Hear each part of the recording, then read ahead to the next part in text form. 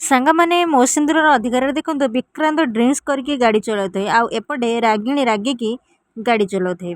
ବିକି କୁହେ ମ୍ୟାଡ଼ାମ୍ ଆପଣ ଟିକେ ଗାଡ଼ି ଧୀରେ ଚଲାନ୍ତୁ, ଏ କ'ଣ କରୁଛନ୍ତି? ରାଗିଣୀ ରାଗିକୁ କୁହେ ହେଇ ଚୁପ୍ ଚୁପ୍ କର, ଏବେ ମୋ ଆଖି ଆଗରେ ଖାଲି ପ୍ରତିଶୋଧର ନିଆଁ ଜଳୁଛି। ସେ ଆଦିତ୍ୟର କିଛି ବି କରିପାରିଲିନି, ସେଥିପାଇଁ ମୋ ନିଜ ଉପରେ ମୋତେ ଘୃଣା ଲାଗୁଛି। କିନ୍ତୁ ଏ ରାଗିଣୀ ସାମନ୍ତରାୟ ହାରିବା ଶିଖିନି, କେବେ ବି ହାରିପାରିବନି କହି ଆହୁରି ଜୋରରେ ଗାଡ଼ି ଚଲାଏ। ତାପରେ ବିକ୍ରାନ୍ତ ଗାଡ଼ି ଆଉ ରାଗିଣୀ ଗାଡ଼ି ମାଡ଼ ହୋଇଯାଏ। ରାଗିଣୀ ଆସି ଦେଖେ ତ ଆଉ ଡରିଯାଏ, କୁହେ ଓ ମାଇ ଗଡ଼୍ ବିକି ଏସବୁ।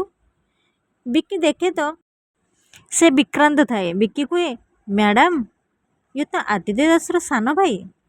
ତାପରେ ରାଗିଣୀ ଜୋରସେ ହସିବାକୁ ଲାଗେ ଆଉ କୁହେ ୱାଓ ଇଏ ତାହେଲେ ଆଦିତ୍ୟ ଦାସର ଭାଇ। ମୁଁ ତ ତା ଭାଇଠୁ ପ୍ରତିଶୋଧ ଚାହୁଁଥିଲି, ହେଲେ ମୁଁ ଜାଣିନଥିଲି ଭଗବାନ ଏତେ ଶୀଘ୍ର ମୋ ୱିଶ୍ଟା ପୁରା କରିଦେବେ। ଠିକ୍ ଅଛି, ତୋ ଭାଇ ନହେଲେ ନାହିଁ, ତୁ ଆଗ ରାସ୍ତାରୁ ହଟିଯା। ନାଇଁ, ତୁ ଆଗ ରାସ୍ତାରୁ ହଟିଗଲେ ସେ ଖବର ପାଇ ତୋ ଭାଇ ସେମିତିରେ ଅଧା ମରିଯିବ। ଏବେଠୁ ପ୍ରତି ମୁହୂର୍ତ୍ତରେ ତୋ ଭାଇ ଜଣ ଜଣଙ୍କୁ ହରେଇ ଚାଲିବ, ସମସ୍ତଙ୍କୁ ତା ନିଜ ପାଖରୁ ହରେଇଲେ ଏକଦମ ଏକା ହେଇଯିବ, ସିଏ ପୁରା ଏକା। ସାଙ୍ଗମାନେ ଆପଣମାନେ ଯଦି ମୋ ଚ୍ୟାନେଲରେ ନୂଆ ଅଛନ୍ତି ତାହେଲେ ମୋ ଚ୍ୟାନେଲକୁ ସବସ୍କ୍ରାଇବ୍ କରିଦିଅନ୍ତୁ ଆଉ ଛୋଟ ଲାଇକ୍ଟେ କରିଦିଅନ୍ତୁ। ଜୟ ଜଗନ୍ନାଥ।